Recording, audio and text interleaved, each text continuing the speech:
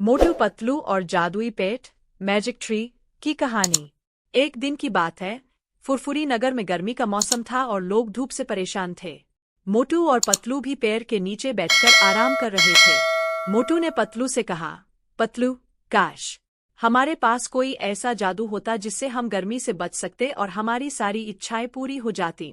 तभी अचानक घास के बीच कुछ चमकता हुआ दिखाई दिया। मोटू ने उत्सुकता से उसे उठाया। वह एक छोटा सा बीज था जो जादुई तरीके से चमक रहा था। पतलू ने कहा, मोटू, यह कोई साधारण बीज नहीं लगता। इसे जमीन में लगाकर देखो, शायद कुछ अद्भुत हो। कहानी। मोटू और पतलू ने बीज को बगीचे में लगाया।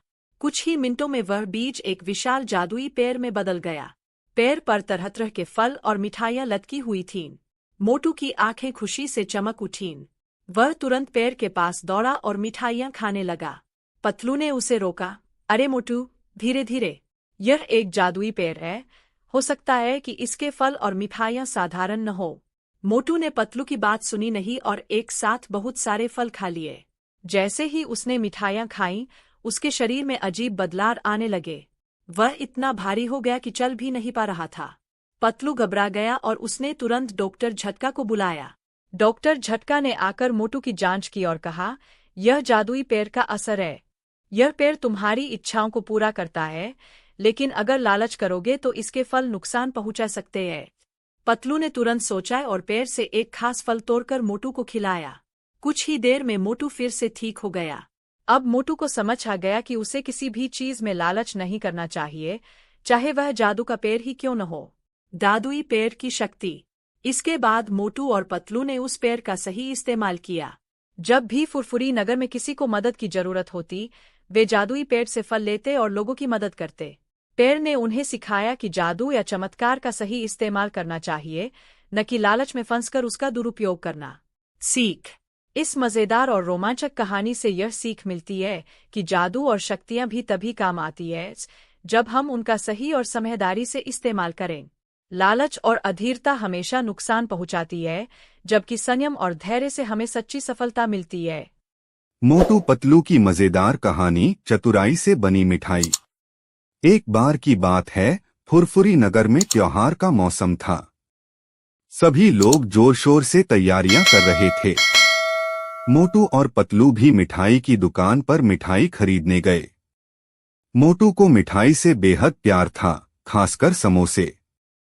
पतलू हमेशा की तरह उसे समझा रहा था कि ज्यादा मिठाई खाना सेहत के लिए हानिकारक हो सकता है, लेकिन मोटू को सिर्फ समोसे खाने की पड़ी थी। कहानी। मिठाई की दुकान पर पहुंचकर मोटू ने दुकानदार से कहा, भैया, समोसे जल्दी से पैक करो, मुझे बहुत भूख लगी है। दुकानदार ने मोटू की भूख देखकर उसे समोसे दिए। मोटू ने तुरंत ही समोसे खाने शुरू कर दिए। पतलू ने उसे रोकने की कोशिश की, पर मोटू की भूख पर कोई काबू नहीं था। समोसे खाते खाते मोटू के पेट में दर्द होने लगा। पतलू ने तुरंत डॉक्टर झटका को बुलाया। डॉक्टर झटका ने मोटू को देखा और कहा, तुम्हें अब मिठाई से बचना होगा, लेकिन चिंता मत करो, मैं तुम्हें एक खास दवा दूंगा जिससे तुम्हारा पेट ठीक हो जाएगा।